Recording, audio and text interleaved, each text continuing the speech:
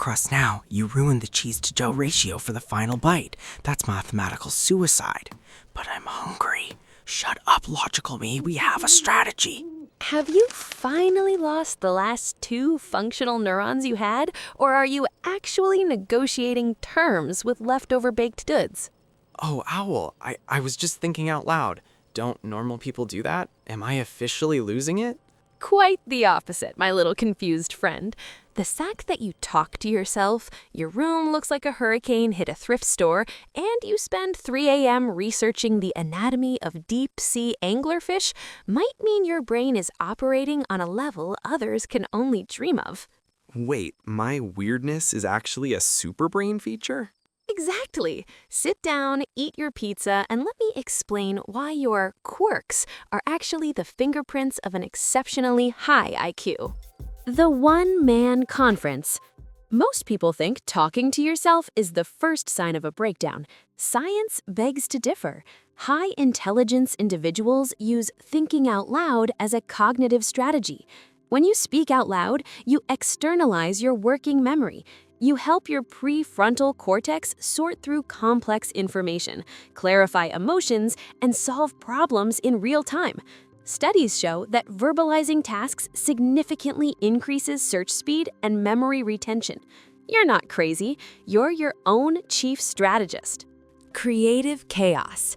Your messy room, that's not a sign of laziness, it's a sign of organized chaos.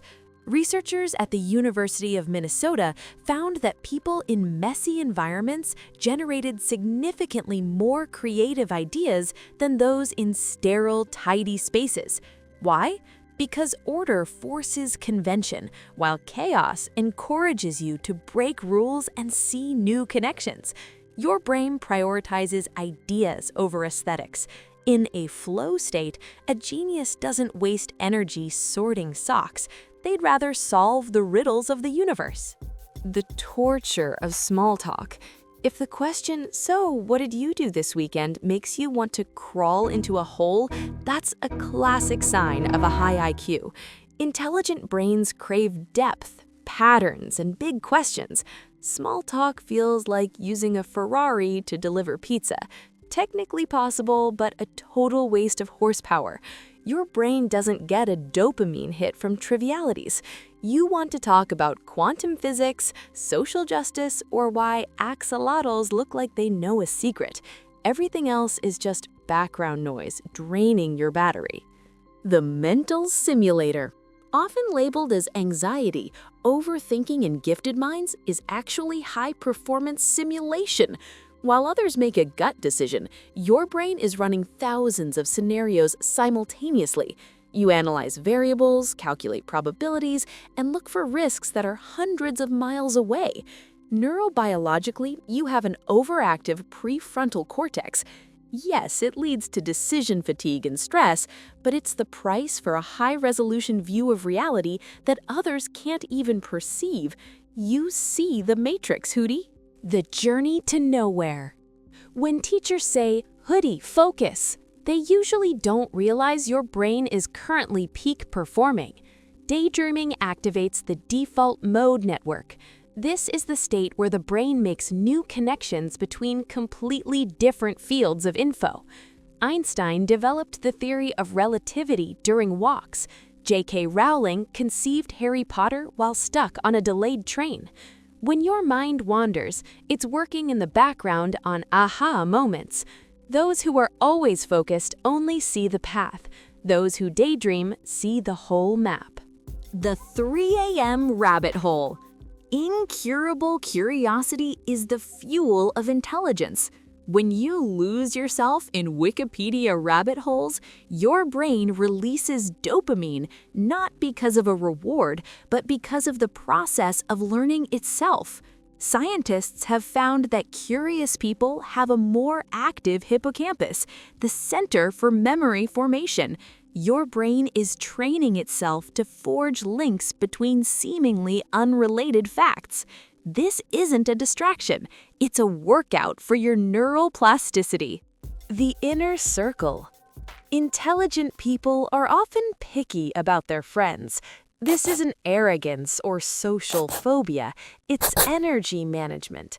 It takes cognitive effort to wear social masks and maintain shallow interactions. High IQ individuals prefer quality over quantity. They need someone who challenges them intellectually.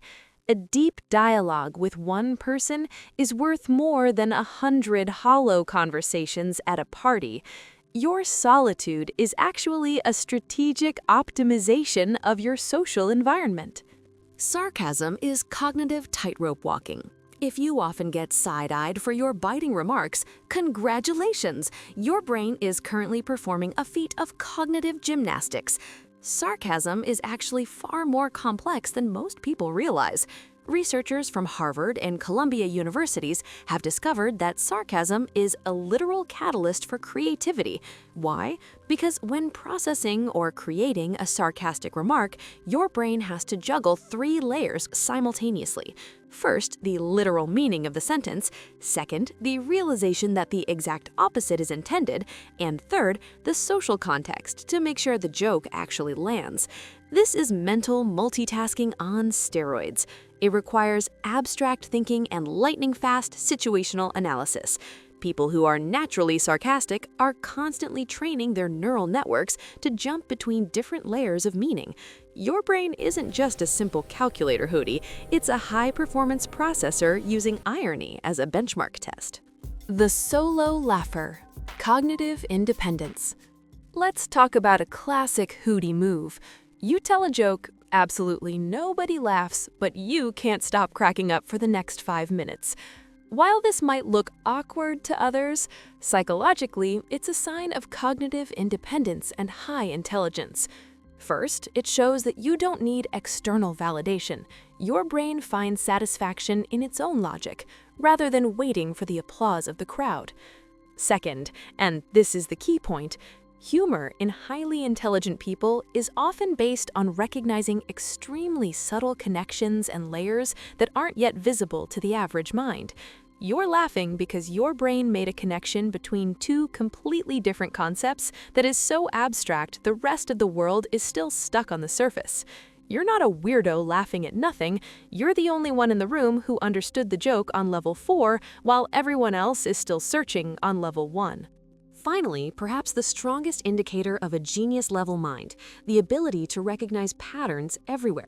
While most people see the world as a series of random coincidences, your brain is permanently scanning for sequences, repetitions, and correlations. This is called pattern recognition, and it is one of the most vital indicators of general intelligence. Neurobiologically speaking, you have extremely high neural connectivity in the areas responsible for information processing. You notice that your phone always dies exactly when you're expecting an important message, or you spot trends in global politics long before they hit the headlines. Your brain is working overtime to extract meaning from the chaos of reality. This ability to connect the dots is the foundation for every great scientific discovery and every groundbreaking innovation. You're not a conspiracy theorist of everyday life, Hootie. Your brain is simply a highly efficient analytical machine that leaves no data point unused.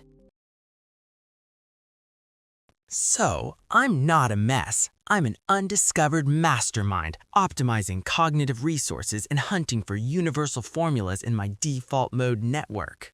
Exactly. Or you're just a teenager who needs to take out the trash. But hey, let's go with the genius explanation. It's better for your ego. Thanks for the support, Owl. I'll go back to debating my pizza now. We have some existential questions to settle. What about you? Do you recognize yourselves in these quirks? Tell us in the comments which of these weird habits you have. Are you a night owl or a pro at talking to yourself? And don't forget to subscribe. Join the inner circle of the silent gifted. We have pizza. Well, maybe. See you in the next deep dive. Stay curious, stay weird.